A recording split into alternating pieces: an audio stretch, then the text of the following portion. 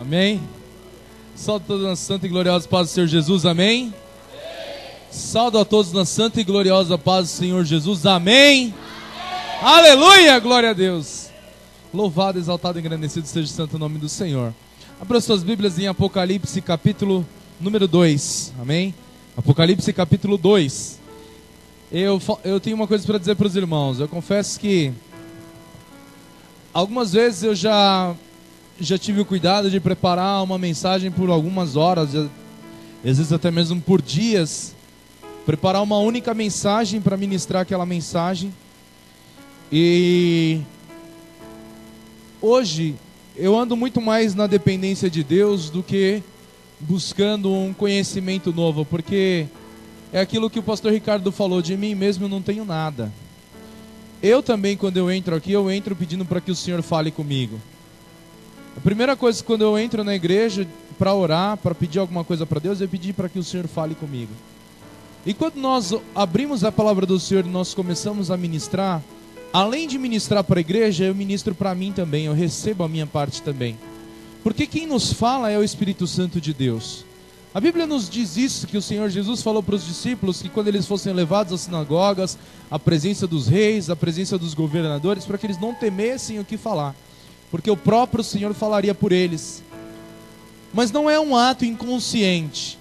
A gente não vem aqui, recebe um Espírito e esse Espírito fala. Não é isso.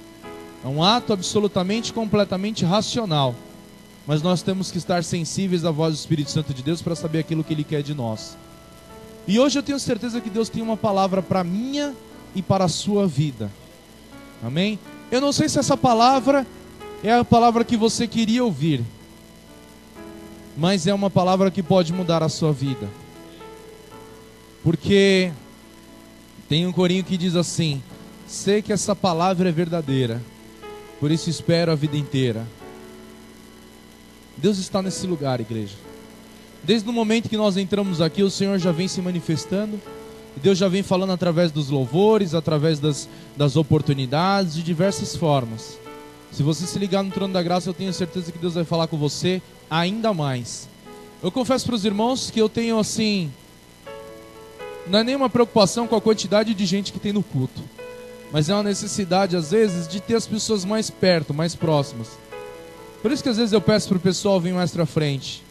A gente gosta de estar junto, por isso que a gente gosta de estar num culto no lar. O culto no lar parece que quanto mais é apertado a casa, maior é o poder que se manifesta. É gostoso demais, sabe por quê? Existe um segredo que é, você vai olhar, quem aqui já fez fogueira, já fez churrasco, sabe? Se você pegar um graveto para ele pegar fogo, você tem que colocar um graveto pertinho do outro, um graveto juntinho do outro. Sabe por quê? Quando um acender, o outro vai acender também. Mas se o graveto estiver longe, o graveto que acender não vai poder passar calor para o outro graveto. Então por isso é necessário eu e você estarmos perto uns dos outros. Porque quando o Espírito Santo de Deus vem e toma um, ele vai e toca no outro, e toca no outro, e aí a fogueira acende. Em Levítico capítulo 6, versículo 13, diz assim: o fogo arderá continuamente sobre o altar e jamais se apagará. Muitas vezes nós vemos o irmão do lado sentindo a presença de Deus e nós não sentimos. Toca nele que eu tenho certeza que você vai ser tocado. Quem aqui nunca ouviu aquele hino que fala o batismo no ônibus, batismo no busão, né? Quando o irmão foi batizado, todo mundo que chegava perto do irmão estava dando choque. E quem era espiritual começava a receber também e falar em línguas também. Então daqui até o final desse culto eu tenho certeza que vai ter alguém aí que vai estar dando choque. E se você for espiritual, quando você tocar nele, você vai ser impactado também. Eu já posso sentir a presença do Senhor aqui.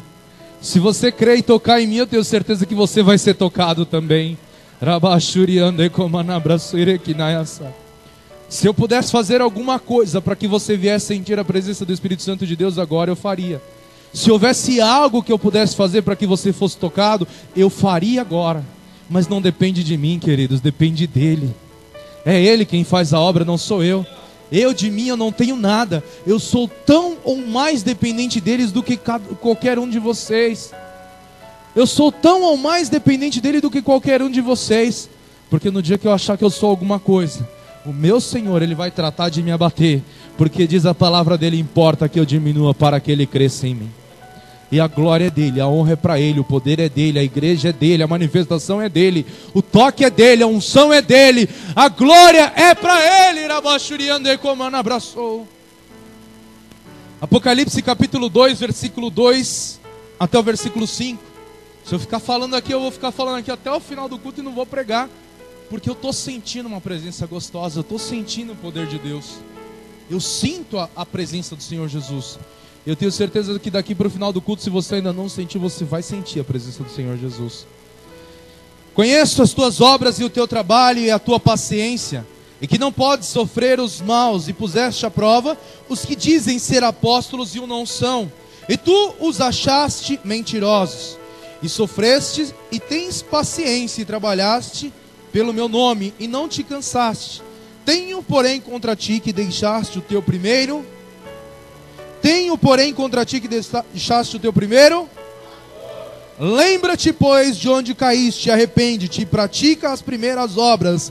Quando não, brevemente a ti virei, e tirarei do seu lugar o teu castiçal, se não te arrependeres. Olha que interessante, olha para o irmão que está do seu lado e diga assim: volta ao primeiro amor. Volta ao primeiro amor. Lembra-te, pois. Pode falar para o seu irmão, lembra-te, pois, onde caíste, e arrepende-te, e pratica as primeiras obras. Volta ao primeiro amor.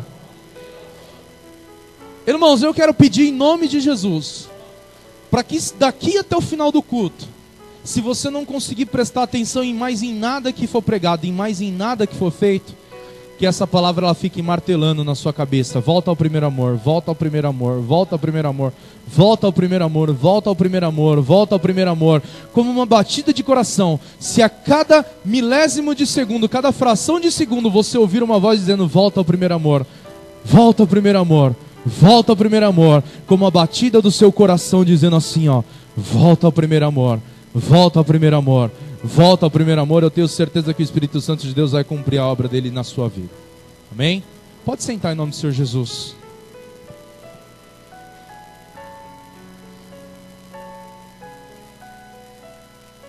Amados, quando eu estava, durante o dia, estive aqui na igreja às 8 horas da manhã, comecei a ler a palavra, li um texto, li outro, e não vinha uma mensagem para o dia de hoje. Fui para casa, vim para a igreja. Quando eu cheguei na igreja, o Espírito Santo de Deus começou a falar comigo, e eu comecei a meditar na palavra que o Senhor havia me dado.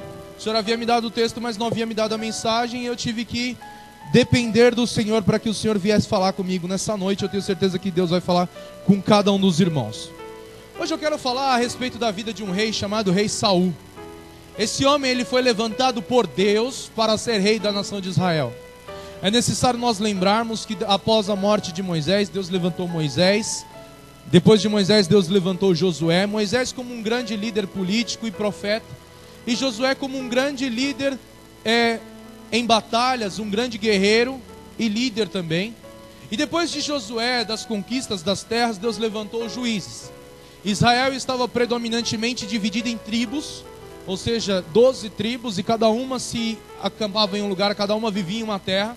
E todas as vezes que havia uma questão que era concernente de interesse da nação, o próprio Deus era encarregado de juntar aquele povo para que o povo formasse então um exército. Muitas vezes essas batalhas elas aconteciam em locais determinados, ou uma batalha na tribo de Efraim, ou uma batalha na tribo de Benjamim, uma batalha na tribo de Judá. Dificilmente aquelas 12 tribos se uniriam em uma única batalha, a não ser que fosse absolutamente através de um propósito divino. E no livro de Juízes nós vemos que Deus levantou algumas pessoas, alguns juízes, que muitas vezes eram estrategistas militares, homens que eram levantados por Deus, como Sansão, Baraque, Jefté, Débora, Sísera e tantos outros homens e mulheres de Deus. Lembrando que alguns deles também eram profetas. Débora era uma profetisa do Senhor, também Gideão também era um profeta do Senhor. Alguns deles também adquiriam para si o ministério profético. Esse era denominado período teocrático. Diga para o seu irmão, período teocrático. O período teocrático era o período onde Deus era o centro da nação. teocracia, formado pela junção de duas palavras gregas, theos, Deus, cracia, governo, era o governo de Deus. Deus revelava à nação qual era a sua vontade, qual era o seu projeto para aquela nação, a nação de Israel. E no período teocrático, Deus muitas vezes manifestou a sua vontade aos juízes, dizendo assim, qual era a determinação que ele havia dado para aquele povo. E nós vemos que o último juiz, ele era também um profeta e um sacerdote que era chamado Samuel.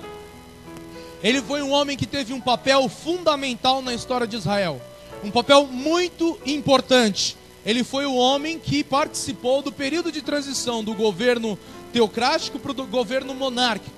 Quando Samuel era juiz, a Bíblia diz que Samuel era um juiz bom e também um juiz próspero e justo.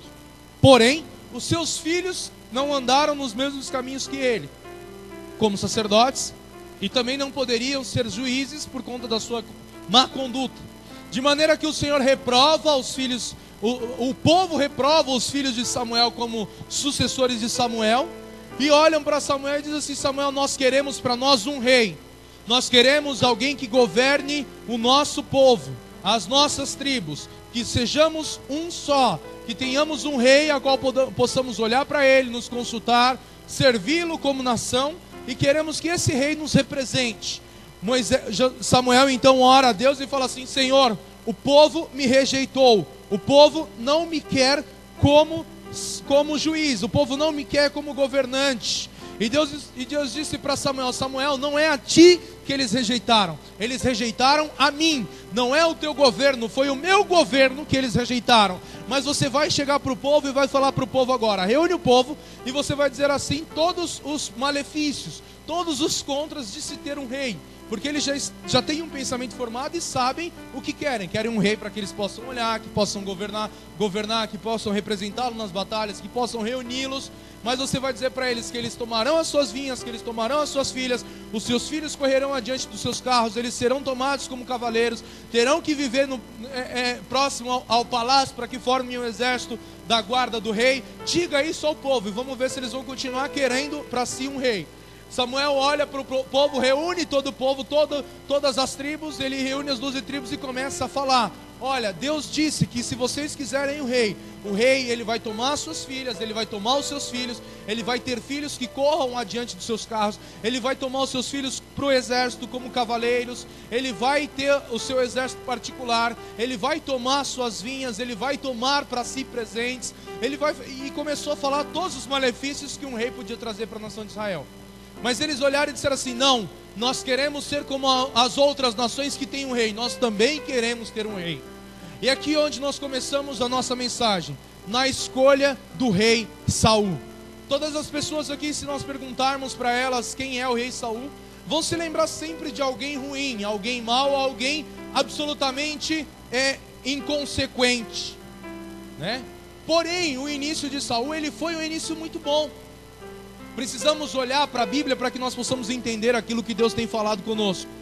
É necessário nós entendermos e olharmos para a palavra do Senhor que diz em 1 Samuel, a partir do capítulo 9, que Saul ele era um homem que tinha origem, ele tinha linhagem.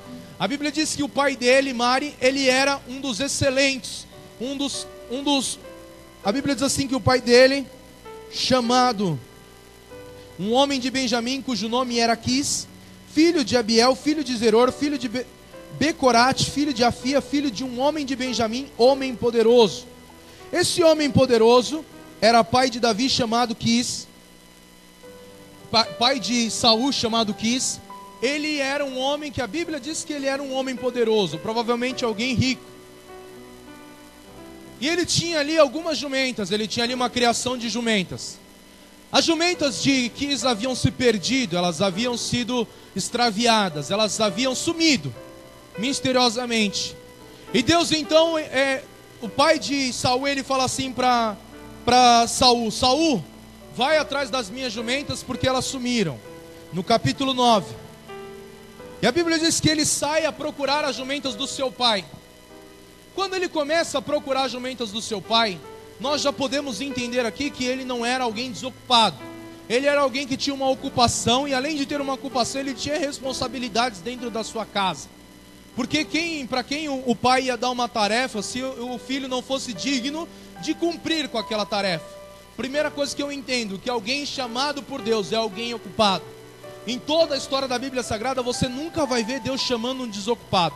Deus não tem negócio com preguiçoso, Deus não tem negócio com desocupado, Deus não tem negócio com quem não faz e não quer fazer nada. Outro dia eu estava conversando com a pastora Ana e ela falou assim, olha, um dia eu ouvi uma frase, isso marcou a minha vida e é uma realidade. Se você der algo para alguém ocupado fazer, ele vai dar um jeito e ele vai fazer. Mas se você der para um desocupado, ele vai dar uma desculpa e não vai fazer. E quantas vezes nós temos visto isso em vários lugares, no nosso trabalho, no nosso ambiente de trabalho, na nossa família, na nossa sociedade, na nossa igreja. Se você pede para alguém que faz muitas coisas fazer mais alguma coisa, ele simplesmente vai e faz. Ele dá conta do recado, ele não dá desculpa, ele vai e faz. Mas se você pede para um desocupado, ele vai dar uma desculpa e vai falar que não pode fazer, que não dá para fazer. Ele vai dar um jeito de dar uma desculpa e não vai fazer. Infelizmente é assim, às vezes a gente até quer ajudar, cria as oportunidades. Nós vemos hoje pessoas se esforçando. Por que você não veio na escola dominical? Porque eu não tenho tempo. Por que você não veio no culto? Porque eu fiz outra coisa de manhã. Por que você não veio na terça? Eu saí tarde de serviço, cheguei e não dava tempo de vir. Mas tem gente que acorda 4, 5 horas da manhã e não perde um culto. Tem gente que no domingo acorda 8 horas da manhã para estar numa escola dominical e nem por isso ela falta no culto. E se você pedir alguma coisa para ela durante o dia, ela vai fazer. Hoje eu acordei cedo, vim para a escola dominical, fui no Jardim Paraná e eu vi o Flávio, o presbítero Luiz, a pastora Ana, estavam todos engajados hoje na reforma do Jardim Paraná. Seria absolutamente para mim incompreensível se o Flávio não estivesse aqui ou o presbítero Luiz não estivesse aqui. Porém, eles venceram até mesmo o cansaço da sua carne e assumiram a responsabilidade de estar na igreja hoje para vir adorar o Senhor. Sabe o que significa isso? Tem gente que simplesmente vai e faz.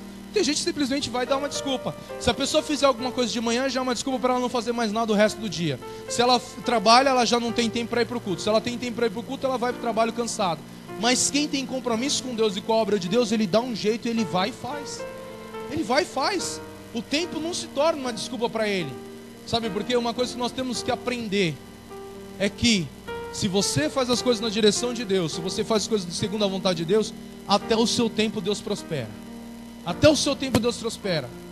Uma época eu estava trabalhando e estava fazendo serviço, e já o serviço parado, e eu não conseguia evoluir naquilo. E um dia eu liguei para o pastor Paulinho de manhã, triste, já chateado por causa daquela situação.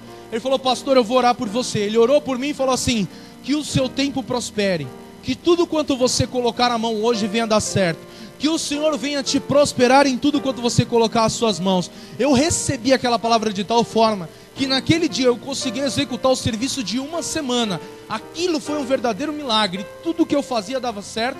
E coisas que posteriormente eu teria que fazer, que me tomariam muito tempo, não foram necessárias fazer. Por quê? Porque eu entreguei a minha confiança, a minha ansiedade, a minha preocupação. Eu dediquei o meu trabalho ao Senhor e o Senhor prosperou.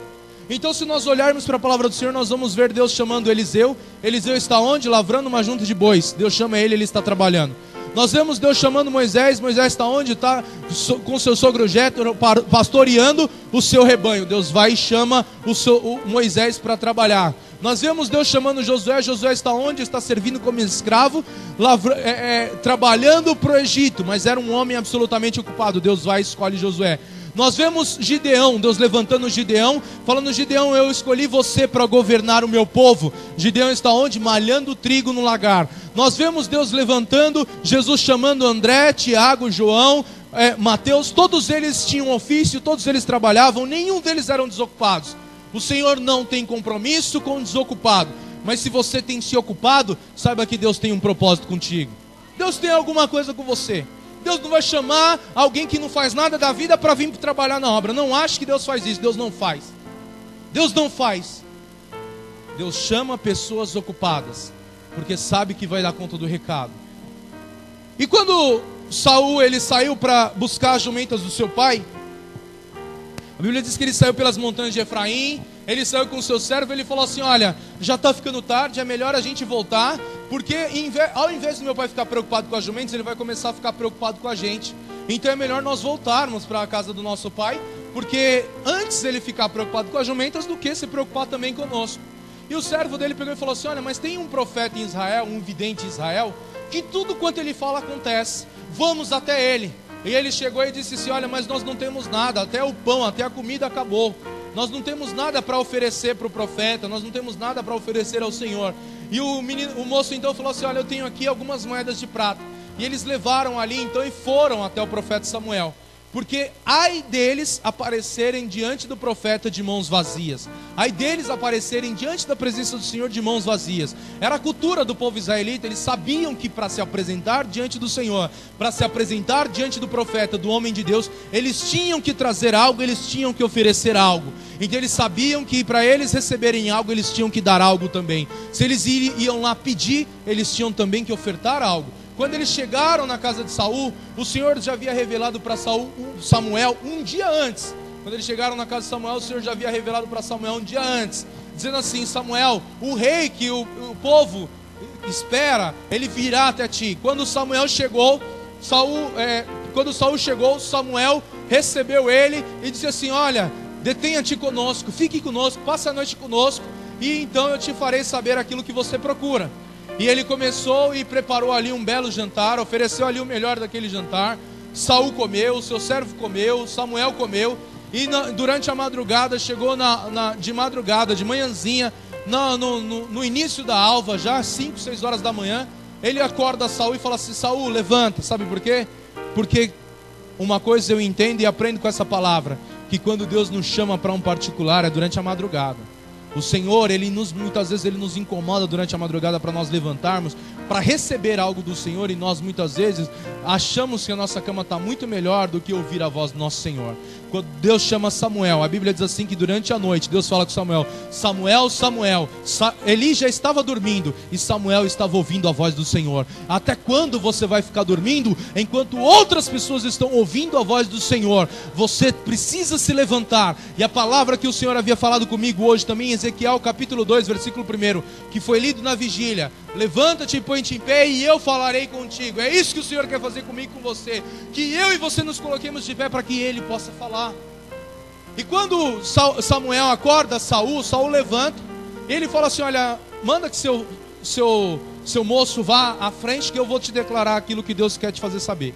Olha, quando você sair daqui, virá um moço até ti dizendo: as jumentas do teu pai foram encontradas. E mais para frente virão outros moços até ti com pães. Eles virão com 3 pães, eles virão com vinho e água. E quando eles te servirem, te oferecerem, eles são profetas, você também vai profetizar e você vai receber o Espírito Santo de Deus.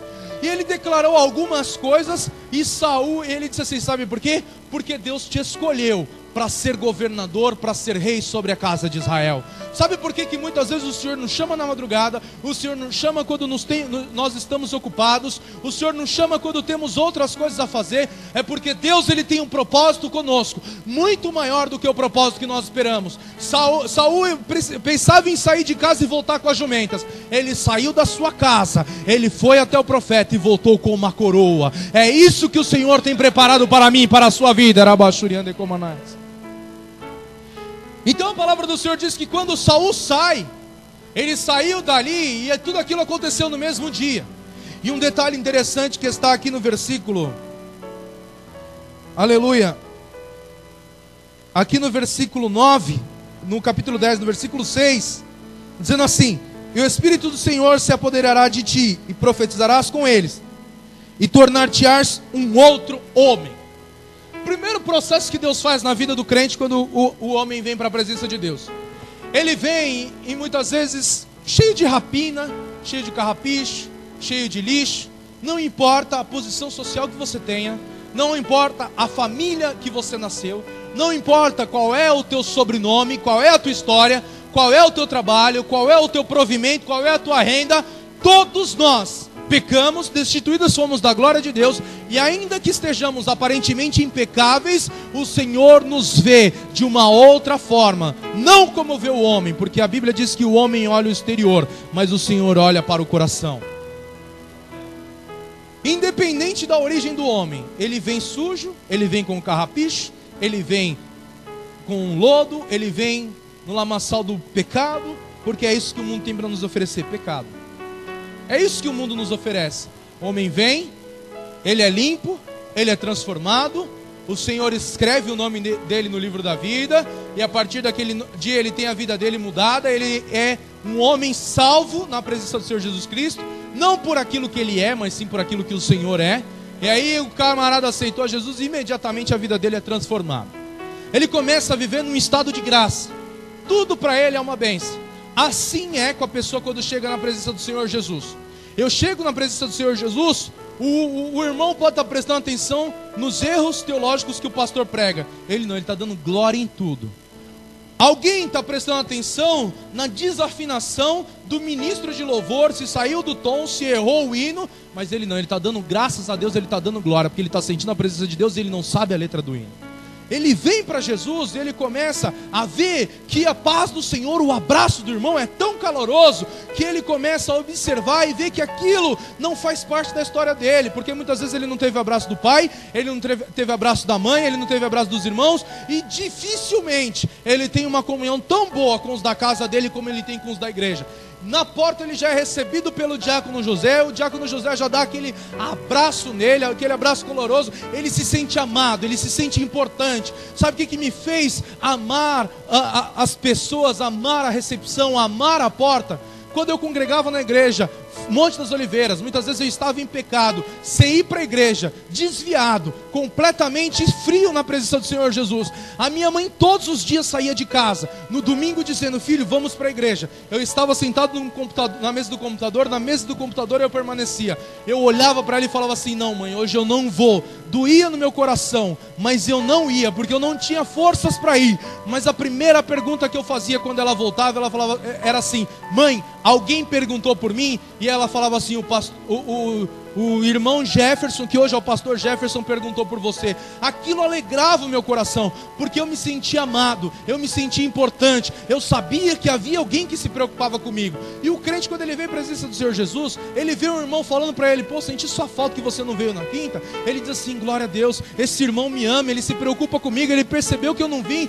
Tudo para ele é novidade, tudo para ele é bom. Ele não se sente desconfortável se o ar-condicionado está frio ou se a igreja está quente. Ele não se sente desconfortável se o culto demorou mais ou se o culto demorou menos, se a oportunidade demorou muito, se a oportunidade demorou pouco, se a oferta foi bem ministrada ou foi mal ministrada. Ele não vê nada, ele simplesmente está lá para adorar a Deus. Assim é o começo do homem. E aí quando alguém pergunta assim: olha, nós precisamos fazer um desafio, temos que trocar o som da igreja. Quando o pastor faz o desafio, ele é o primeiro a levantar a mão. Ele não sabe nem se ele vai ter condições para honrar aquele compromisso, ele simplesmente vai e faz. Sabe por quê? Porque ele tem motivação para fazer aquilo. Ele pensa: mas fez Deus por mim, o que eu estou fazendo por Deus ainda é muito pouco. E tudo para ele é novo, tudo para ele é muito bom. Se os irmãos falarem assim: olha, vai ter uma reunião de oração, ele fala: eu vou. Vai ter um jogo de futebol, ele fala: tô junto. Vai ter um churrasco, eu vou também. Olha, nós vamos evangelizar na madrugada. Ele nunca foi, ele não sabe nem como é. Ele vai só para ver como que é. E aquilo alegra o coração dele. Sabe por quê? Ele está no primeiro amor. Saul estava no primeiro amor. Quando ele saiu, ele viu todas aquelas coisas acontecendo, da maneira como o profeta falou. O profeta disse para ele: olha, virão e dirão assim: as jumentas do teu pai foram encontradas. Ele valorizou aquilo com tanta ênfase que parecia que o pai tinha achado o pote de ouro que perdeu. Ele deu glória a Deus, agradeceu ao Senhor e falou: obrigado, Senhor, porque a tua palavra se cumpriu na minha vida. Mais para frente ele encontra os profetas vêm, oferecem pão, oferecem água, oferecem vinho, chamam ele para o culto, para a reunião, começa a adoração, começa o louvor, ele está lá, ele é cheio da presença do Senhor Jesus, e a Bíblia diz: naquele dia ele se tornou um outro homem. Foi isso que o Senhor fez com você. Naquele dia você se tornou um outro homem, uma outra mulher. O Senhor fez de você uma nova criatura. Mas aí nós começamos a crescer, porque crescemos. Começamos a conhecer um pouquinho mais de Bíblia, porque estudamos. Começamos a aprendermos já os hinos, já começamos a questionar: por que fulano não louva e cicrano faz o backing vocal, fulano grita, o som tá ruim, e aí a palavra não foi boa, quando o pastor prega é melhor, quando a pastora prega é melhor, porque o culto quando era a pastora Meire que dirigia eu gostava, agora que é fulano eu não gosto, porque quando fulano faz isso eu gosto, quando o cicrano faz aquilo eu não gosto. Quem foi que te chamou para ser juiz de culto? Deus te chamou aqui, foi para adorar a Ele. Rabachuriande comanabrasoriai de que não astai, de que me não assaiatai, de que nem rachuriande comanabrasou. Deus não ouve música, Deus ouve coração, Deus quer adoração. Não se preocupe se o hino está sendo bem ministrado ou não, se preocupe em você adorar ao Senhor verdadeiramente. Crescemos, é louvável, começamos a estudar, tem teologia, eu estou. Aí quando alguém fala alguma coisa errada, você foca só naquilo. O pastor já trocou o nome de Saul de Samuel umas 5 vezes aqui na igreja hoje. Mas será que você ainda lembra do tema da mensagem? É isso que o Senhor quer que eu e você façamos. Aí Saul começou a crescer, ele começou a perceber. Aí Deus levanta Saul como rei. Na primeira batalha de Saul, Saul já sai com a vitória. Sabe por quê? Ele teve empatia pelo povo. A Bíblia diz que se levantou uma guerra contra os amonitas contra o povo de Jabes de Gileade. O povo de Jabes de Gileade falou assim: olha, os amonitas chegaram para o povo de Jabes de Gileade e falaram assim: olha, a partir de hoje vocês me servem. Se vocês não me servirem, eu vou matar todo mundo. O povo de Jabes de Gileade, então, ficando com medo, eles começaram a falar: e agora? Quem vai pelejar por nós? Falou assim: espera 7 dias, a gente vai e volta aqui com a resposta. Eles foram e pensaram assim: olha, vamos ver se alguém compra a nossa briga, vamos ver se alguém se preocupa conosco, vamos ver se alguém faz alguma coisa por nós. Se ninguém fizer, a gente vai e serve o rei de Amon. Aí eles foram e Saul ficou sabendo daquele negócio. Ele falou: o quê? O rei de Amon, os amonitas estão se levantando contra o meu povo? Será que eu e você ainda temos coragem de comprar a briga do nosso irmão? Temos empatia ainda por ele? Porque foi para isso que o Senhor nos levantou.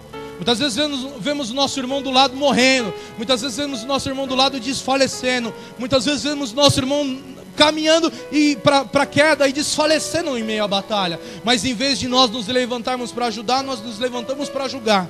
Uma palavra tão parecida que muitas vezes é até fácil de trocar, né? Ajudar e julgar, ajudar e julgar, ajudar e julgar. É tão fácil trocar quanto Saul e Samuel. Porém, o sentido e o contexto é completamente diferente.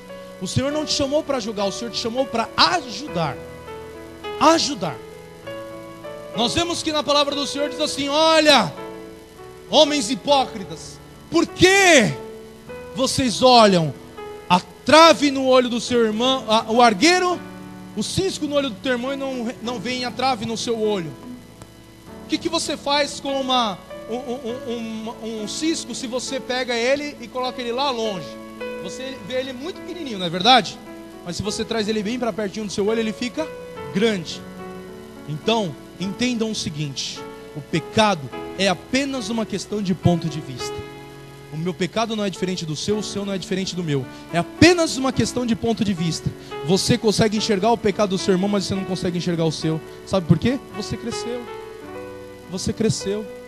Você hoje já sabe cantar. Você hoje já sabe pregar. Você hoje já sabe evangelizar. Você hoje já sabe trabalhar.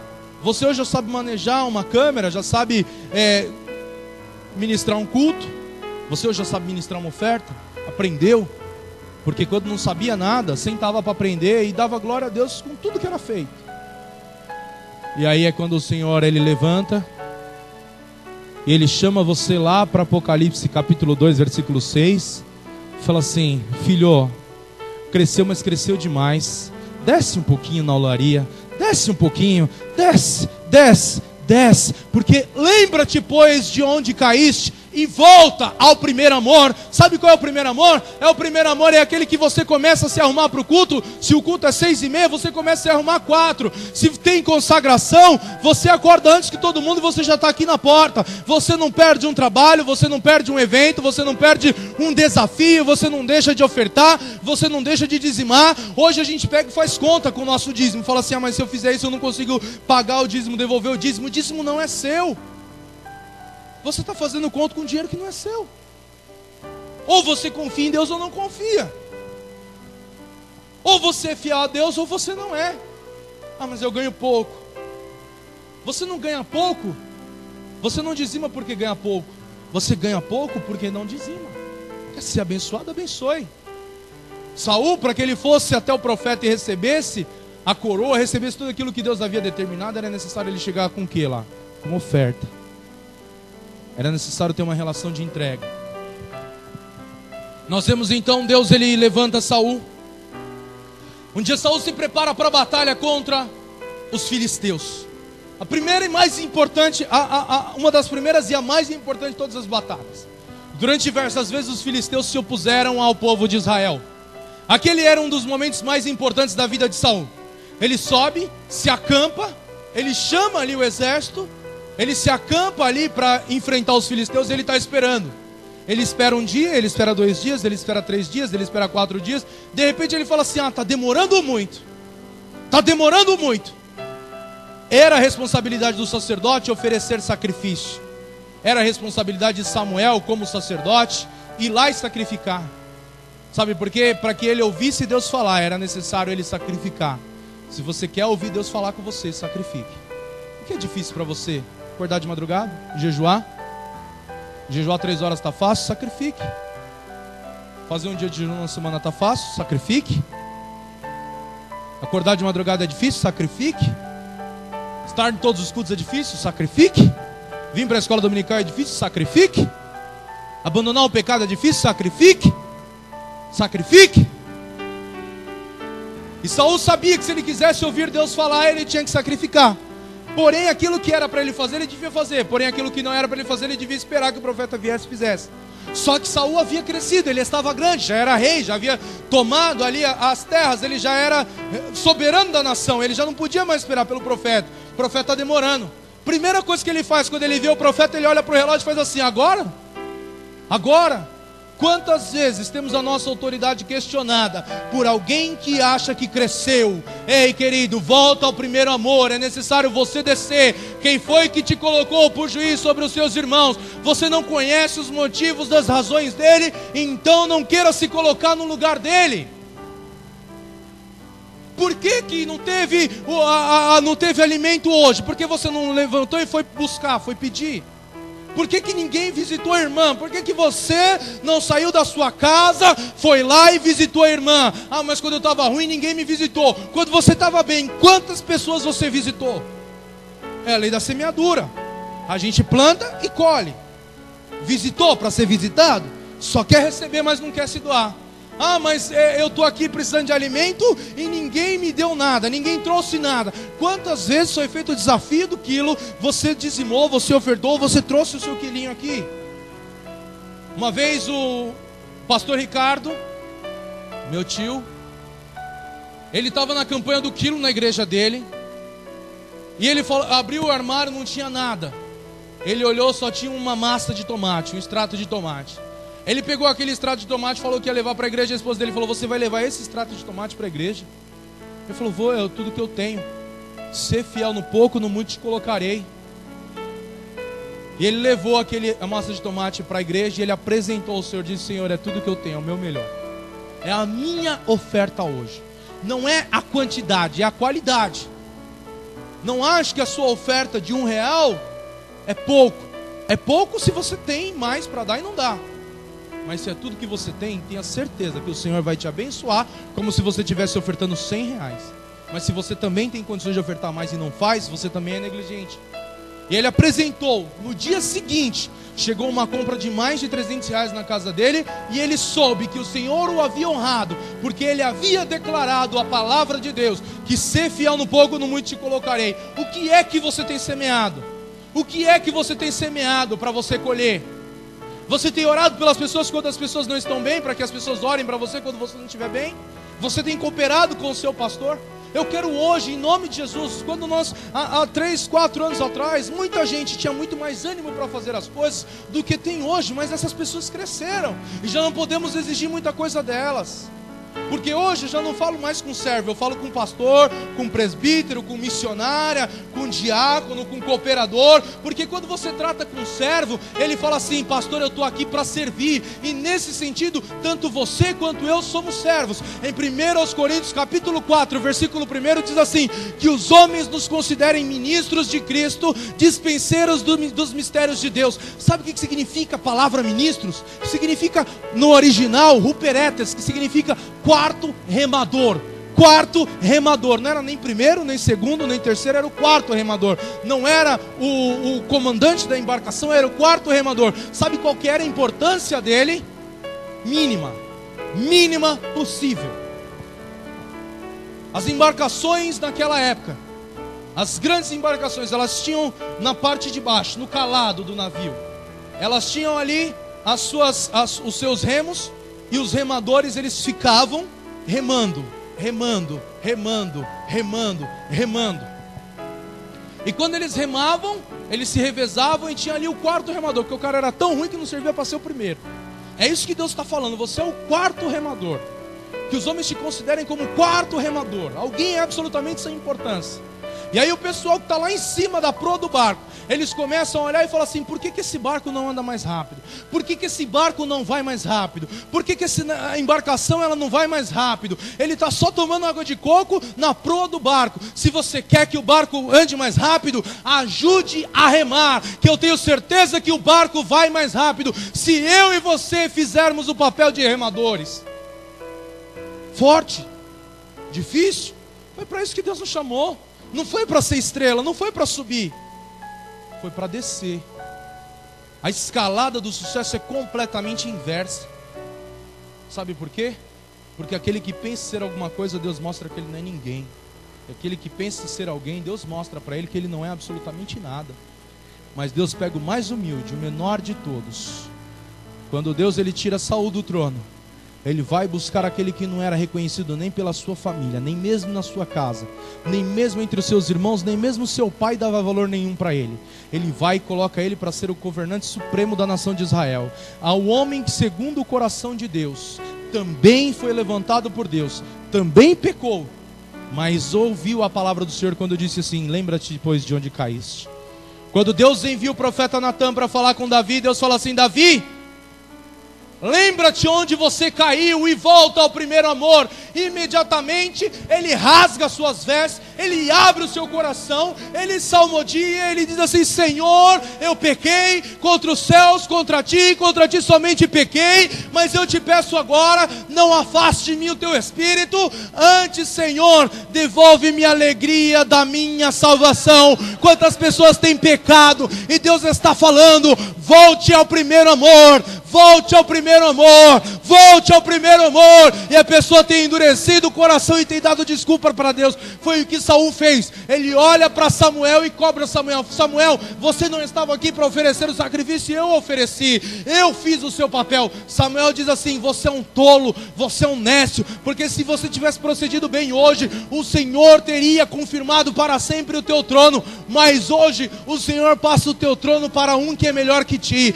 Novamente nós vemos essa cena se repetindo. E em vez de Davi colocar a culpa do pecado dele nos outros, ele assumiu a responsabilidade e diz assim: Senhor, eu pequei, eu falhei, eu sou mau, sou pecador, mas eu preciso ser restaurado. Se hoje você fizer um voto ao Senhor, dizendo ao Senhor: Senhor, eu lembro agora de onde eu caí, Senhor, eu estou lembrando agora, Senhor, eu sei onde foi que eu parei quando eu olhei para alguém que era melhor do que eu, Senhor, eu parei, Senhor, quando eu comecei a prestar atenção que as pessoas não valorizavam o meu trabalho, Senhor, eu parei, Senhor, quando a cobrança ela se excedeu a minha capacidade de fazer as coisas, Senhor, eu parei, Senhor, quando o pecado veio e tomou conta da minha vida, Senhor, eu parei, Senhor, quando eu quis fazer as coisas para o homem e não tinha devido reconhecimento, Senhor, eu parei, Senhor, porque só fulano prega na igreja, só fulano dirige o culto, só ciclano tem oportunidade, Senhor, eu parei por isso, por isso e por isso. Se hoje você proceder bem, o Senhor, Ele vai cumprir o desejo do teu coração, mas se hoje você endurecer o teu coração, o Senhor vai repartir as suas bênçãos para outra pessoa que é melhor do que você. O Senhor diz: arrepende-te hoje, antes que eu tire o seu lugar do teu castiçal, se não te arrependeres.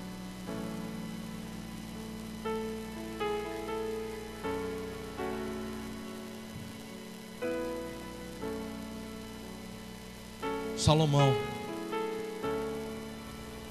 o pai dele morre. Ele é levantado como rei de Israel. Ele é levantado como rei de Israel. Quem era Salomão? Não era ninguém. Ele tinha ali um título real. A única coisa que ele tinha era uma descendência real, só isso. Era filho de um rei. mas não tinha competência nenhuma, não tinha preço nenhum, não era a pessoa mais indicada para o cargo. Os seus irmãos que vieram antes dele, que falharam também por conta do pecado, eram muito melhores do que ele, mas Deus escolheu quem? Escolheu Salomão. Talvez você olhe para mim e fale assim, mas fulano é melhor do que o pastor Felipe. Eu falo para você com a mais convicta certeza, eu tenho certeza disso. Mas que culpa tenho eu se Deus escolheu eu? Que culpa temos se Deus escolheu você? Foi você que Deus escolheu. Olha para o irmão que está do seu lado e diga, foi você que Deus escolheu. Foi você que Deus escolheu. Foi você que Deus escolheu. Tinha gente que queria estar aí no seu lugar e não pode. Sabe por quê? Não é por merecimento. Não é por merecimento. É por escolha divina. E aí Deus escolheu Salomão e os seus irmãos ficaram ali irados. Um dia Deus vai e se apresenta para Salomão e fala, Salomão, pede o que quiseres. Qualquer coisa que você pedir eu te darei. Você pode pedir o que você quiser. Imagina se Deus pede isso para algum de nós hoje. Poxa, é uma coisa só, Senhor. Porque a lista é grande, né? Quem não ia falar isso?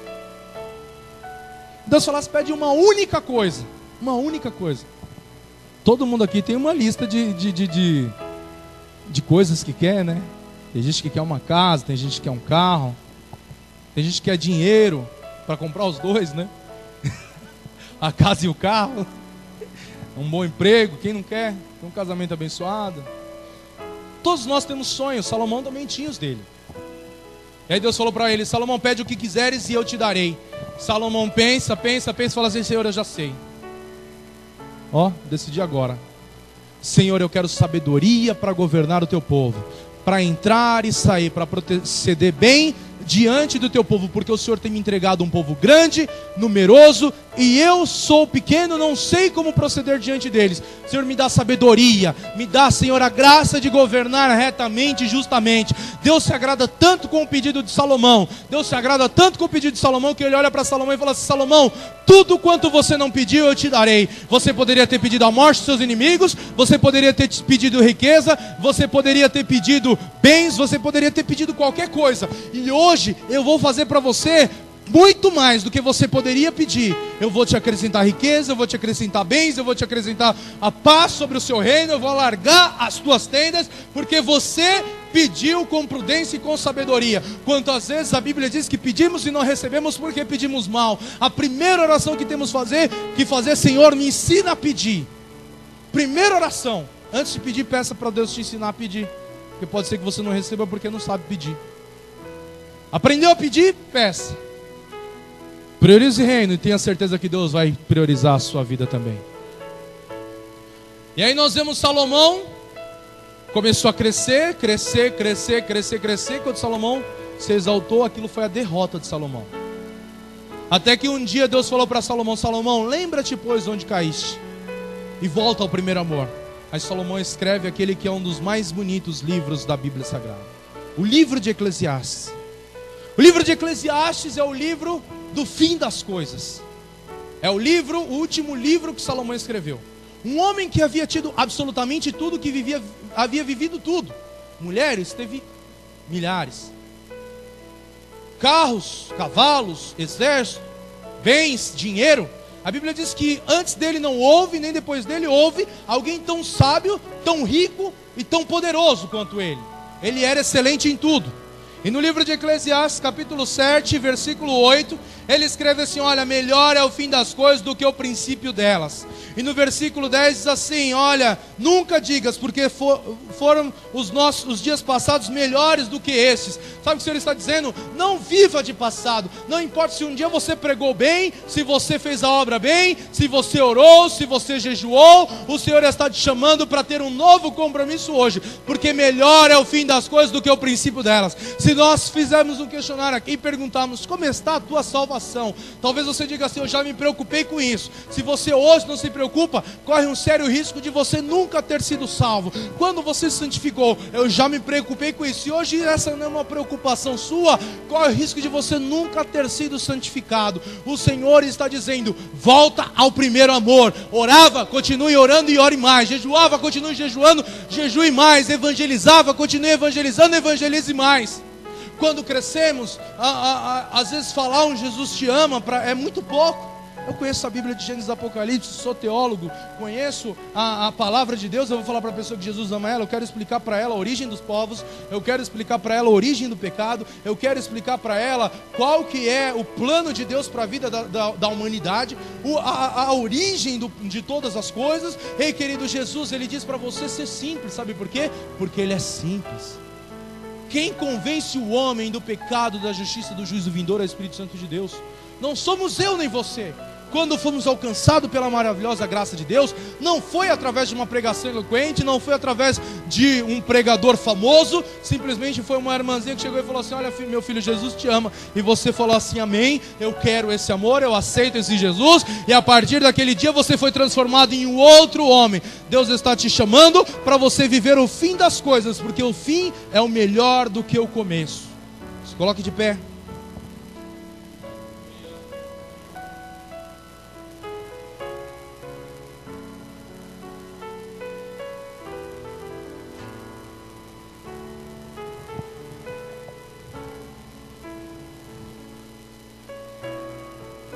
Se hoje tem alguém aqui que sabe que está em falta com Deus, com o seu ministério, com a sua família, já foi melhor. O processo de santificação é progressivo e diário. A gente não pode regredir, a gente tem que progredir. Eu quero convidar você a vir aqui à frente. Eu quero convidar você a vir aqui à frente. Você orava mais, hoje você tem orado pouco. Você jejuava mais, tem jejuado pouco. Você tinha mais compromisso com a obra de Deus, não tem tanto hoje. Você era mais compromissado, você tinha mais vontade de servir a Deus. Essa vontade tem sido roubada de você. Você sente que você cresceu, aprendeu muito. Moisés passou 40 anos da vida dele achando que era alguém. Deus mostrou para ele durante 40 anos que ele não era ninguém.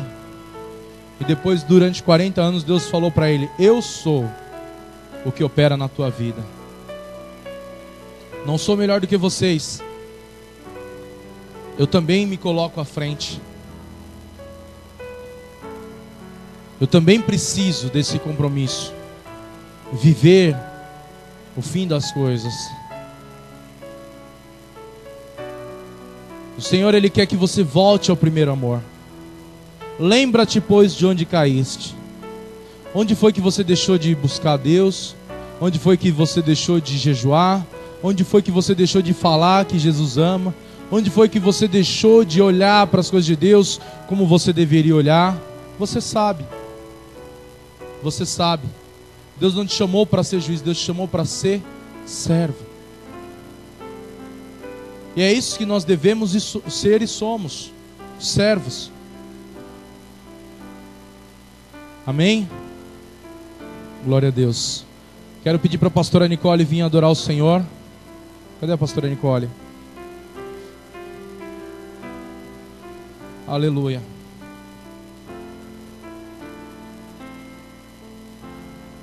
Espírito Santo de Deus, toma o seu lugar nessa noite, Pai, em nosso meio. O Senhor sabe, Deus, conhece meu coração mais do que eu mesmo. Sabe, Senhor, tudo aquilo que eu preciso fazer, que ainda é pouco. A Tua palavra diz que ainda que por mais que fizéssemos, ainda assim seríamos chamados de servos inúteis. Eu quero te pedir, ó Deus, que eu não seja como Saul, que um dia se achou mais importante do que o próprio sacerdote, do que o próprio profeta, e quis tomar o lugar dele. Mas eu quero ser como Davi, que mesmo em meio à pior situação, eu ainda assim consigo olhar para Ti e dizer: Senhor Pai, me perdoa, porque pequei contra Ti. E pedir para que o Senhor venha nos restaurar, Senhor. Os Teus filhos que estão aqui, Pai, estão aqui, Senhor, numa atitude, Senhor meu Deus, de temor e reverência. Nos faz enxergar a nossa real condição.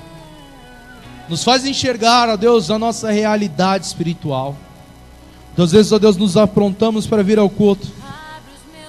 Colocamos a nossa melhor roupa, nosso melhor perfume. Arrumamos os nossos filhos, ó Pai, para vir para a igreja, Senhor, aparecer ser uma coisa que nós não somos, ó Deus. Mas que nós possamos voltar à simplicidade do Teu Evangelho. Senhor, que nós possamos, Senhor, voltar à simplicidade do Teu Evangelho. Sabe por quê, Senhor? Porque nós, Senhor, meu Deus, não somos nada. Mas que hoje, Senhor, o Senhor possa, Senhor, meu Deus, achar graça, Senhor, nas nossas vidas, ó Pai. Espírito Santo vai tocando em cada um agora.